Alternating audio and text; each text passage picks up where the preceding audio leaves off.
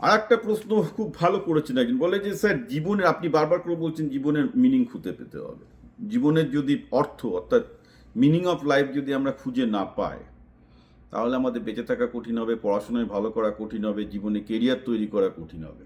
তাই জীবনের মিনিংটা কী করে খুঁজে পাবো? বললাম এটাই তো সমস্যা না।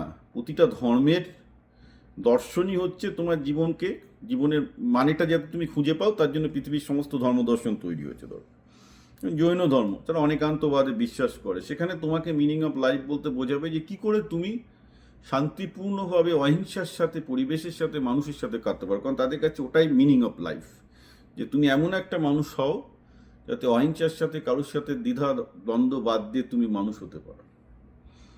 বৌদ্ধ ধর্মে হচ্ছে আর একটা, যে কী করে তুমি এমন মানুষ হও যাতে তোমার যে জীবনের যে সবচেয়ে দুঃখ এবং কষ্ট তাতে তুমি রিডিউস করতে পারো, রাইট? সেইভাবে তুমি নিজেকে করো। হিন্দু ধর্মের তো হাজার হাজার মত পথ আছে, ইসলামেও শয়ে শয়ে মত পথ আছে, খ্রিস্টানিটিতে তাদের অনেকগুলো মত পথ আছে, একটা নয় একাধিক, ইসলামে এক নয় একাধিকভাবে। অ্যাকচুয়ালি সবাই ভাবে ইসলাম মানে একটা রিলিজন নয়, অনেকভাবে ইসলামে তুমি ভাবতে পারো উইদিন সাম ফ্রেমওয়ার্ক। হিন্দু ধর্মও তাই, উইদিন সাম ফ্রেমওয়ার্ক তুমি অনেক রকমভাবে ভাবতে পারো যে কীভাবে তুমি মিনিং অফ লাইফ লাগবে। আর মিনিং অফ লাইফ কি শুধু ধর্ম দিয়ে হবে? মোটেও না। কেউ ভাবতে পারে রবীন্দ্রনাথই আমার মিনিং অফ লাইফ, কেউ রবীন্দ্রনাথের মধ্যে মিনিং অফ লাইফ পেতে পারে, কেউ নজরুলের মধ্যে মিনিং অফ লাইফ পেতে পারে। ইলন মাস্কের মিনিং অফ লাইফ কি? সে তো কোনো কিছু পায় না, সে কাজ করছে, কাজ করতে করতে তার আবিষ্কার করছে, তার মধ্যে সে মিনিং অফ লাইফ খুঁজে পাচ্ছে। যারা যুক্তিবাদী, তারা যুক্তিবাদের মধ্যে ভাবছে যে আমি একটা যুক্তিবাদী সমাজ তৈরি করব, তাই নিয়ে করছে। যারা কমিউনিজম, তারা ভাবছে আমি একটা ইকুইটেবল সোসাইটি আনবো, সেটাই আমার মিনিং অফ লাইফ। মানুষ বিভিন্নভাবে, যে ছবি আঁকছে তার কাছে সেই আঁকার যে আনন্দ, যে গান করছে তার কাছে গানের যে আনন্দ, সেটাকেই তার মিনিং অফ লাইফ তুলে নিতে পারে। আবার অনেকে হেডোনিস্ট আছে, খাচ্ছি দাচ্ছি মস্তি করছি ফুর্তি করছি, অত ভেবে কী হবে, সেটাকে হেডোনিজম বলে। খাবো দাবো ফোন করে ফুর্তি করবো, সেটা একটা মিনিং অফ লাইফ হতে পারে। স্টয়সিজম আছে, গ্রিক দর্শনের মধ্যে অনেক রকমভাবে মিনিং অফ লাইফ খুঁজে পাওয়া যায়। স্টয়সিজম কি বলে, যে চারিদিকে এত দুঃখ কষ্ট বেদনা এগুলো থাকবেই, তার মধ্যে ভাই তোমার যেটুকু করার, তুমি নিজেকে যেটুকু ভালো করতে পারো করে নাও। সোজা কথা বলতে গেলে স্টয়সিজম একটা খুব ইন্টারেস্টিং ফিলোসফি, যেটাতে আমিও বিশ্বাস করি যে যে ভাই লাইফে স্ট্রাগল থাকবেই। পৃথিবীতে বাজে বদ পলিটিশিয়ান ক্ষমতার জন্য লড়াই করছে, থাকবে। হিন্দু মুসলমানের লড়াই থাকবেই, সমস্ত বাজে জিনিস পৃথিবীতে থাকবেই, বইয়ের সাথে ঝগড়া থাকবেই, ছেলে মেয়ের সাথে সমস্যা থাকবেই, বন্ধুর সাথে সমস্যা থাকবেই, সমস্যা পৃথিবীতে থাকবে। কিন্তু এই সমস্যার মধ্যেও তুমি কি করতে পারো, বেস্ট তোমার কি স্ট্র্যাটেজি হতে পারে, সেটা খুঁজে বার করো। তুমি যদি সমস্যার সমাধানগুলো করতে যাও, তাহলে দেখবে সমস্যার সমাধানটা হবে না, তোমার কেরিয়ার হয়ে যাবে না। সেই জন্য যারা কেরিয়ার সেই জন্য যারা সিও, মানে যারা কেরিয়ারিস্ট আর কি, প্রচুর টাকা রোজগার করে, অধিকাংশ যারা বড় সিও, কেরিয়ারিস্ট বা ভালো অ্যাথলিট বা ভালো অভিনেতা, সবার কাছে এই রোমান বা গ্রিক দর্শন স্টয়সিজমের অ্যাপিলটা খুব বেশি। কারণ স্টয়সিজম একটা মানুষকে ডিফ্লেক্ট করে না। কারণ এই যে বললাম না, আগের দিন একটা ছেলেকে বললাম, সে বামপন্থী হয়ে খুব ডিস্ট্রাক্টেড হয়ে যায়, যে কর্পোরেটে কাজ করতে পারছে না। স্টয়সিজম হলে বলতে পারে দূর, পৃথিবীতে ওইরকম অপারেশন অত্যাচার চলে আসছে, ভাই তুমি যেখানে পড়েছো ঢুকেছো, তার মধ্যে তুমি বার করো যে তুমি বেস্ট কী করে কী কাজ করতে পারো। একটু স্বার্থপরের মতো, কিন্তু অধিকাংশ মানুষ জীবনে সফল হতে চায়, তাকে ওইটুকু স্বার্থপরতা রাখতে হয়। ওইটুকু স্বার্থপরতা বলেছি, যাতে সে ডিস্ট্র্যাক্টেড না হয়। এখন আমি একটু ডিস্ট্র্যাক্টেড হয়ে একটু ধর্ম, একটু রাজনীতি, একটু আলোচনা করছি, কারণ এটা কোনোটাই আমার কেরিয়ার নয়। এটা যদি আমার কেরিয়ার হতো, যখন আমার এই যে বললাম যে যদি আমি কেরিয়ার ভিডিও করাটা যদি আমার কেরিয়ার হতো, যে আমি ভাবলাম যে কেরিয়ার ভিডিও করে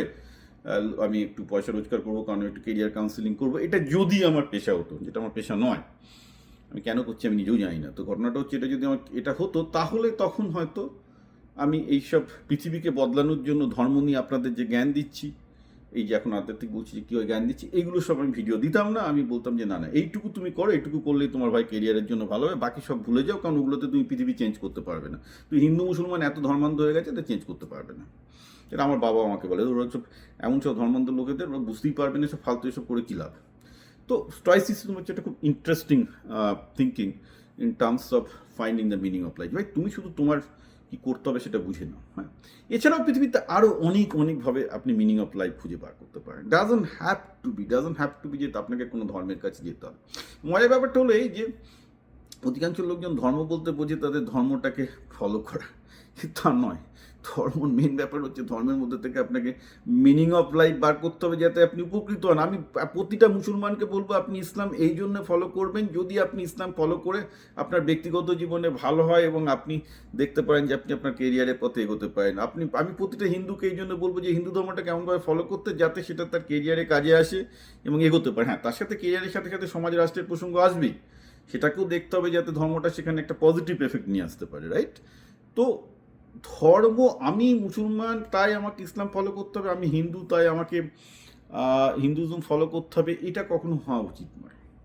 হ্যাঁ, আমি কিন্তু পৃথিবীর সমস্ত ধর্ম পড়ছি, ওপেন মাইন্ডে পড়ছি, দেখছি ইসলামের ট্রান্সেন্ডেন্টাল ইসলাম থেকে কিছু শেখা যায় কিনা, খ্রিস্টানিটি থেকে কিছু শেখা যায় কিনা, আফ্রিকার অনেকগুলো ইন্টারেস্টিং ধর্ম আছে সেখান থেকে শেখা যায় কিনা, অনেক ইন্টারেস্টিং গ্রিক দর্শন আছে সেখান থেকে শেখা যায় কিনা, চাইনিজ দর্শন আছে কত ইন্টারেস্টিং। সব জায়গা থেকে আমি টুকরো টুকরো করে জীবনের মানে খোঁজার চেষ্টা করেছি যে এরা কী করে জীবনে মানে খুঁজছে, ওরা কী করে করছে। এইসব করতে গেলে আপনি আস্তে আস্তে দেখতে পাবেন যে আপনি আপনার নিজের জীবনের মানে যেটা আপনার মনে হচ্ছে করলে আপনার ভাল লাগছে, আপনি সফল হচ্ছেন, আপনি সেটাকেই জীবনের মান হিসাবে। আমি প্রতিটা হিন্দু মুসলমানকে বলবো completely revolt against the religion, যে ভুলে যান আপনি কোন ধর্মে জন্মেছেন। আপনি বেসিক্যালি পৃথিবীর সমস্ত দর্শন পড়ুন, সমস্ত সাহিত্য পড়ুন, সমস্ত ধর্ম পড়ুন, পড়ে বার করুন যে কোন জিনিসটা আপনার কাজে আসছে, কিভাবে জীবনের মানে খুঁজে পেলে আপনি জীবনের সমস্যাগুলোর সমাধান করতে পারছেন, আপনার সুবিধা হচ্ছে, কোন ফ্রেমওয়ার্কে আপনার সুবিধা হচ্ছে। নিজের ভালোটা আগে বুঝুন, পরের ভালোটা পরে বুঝতে যাবেন, then you actually will find your own meaning of life.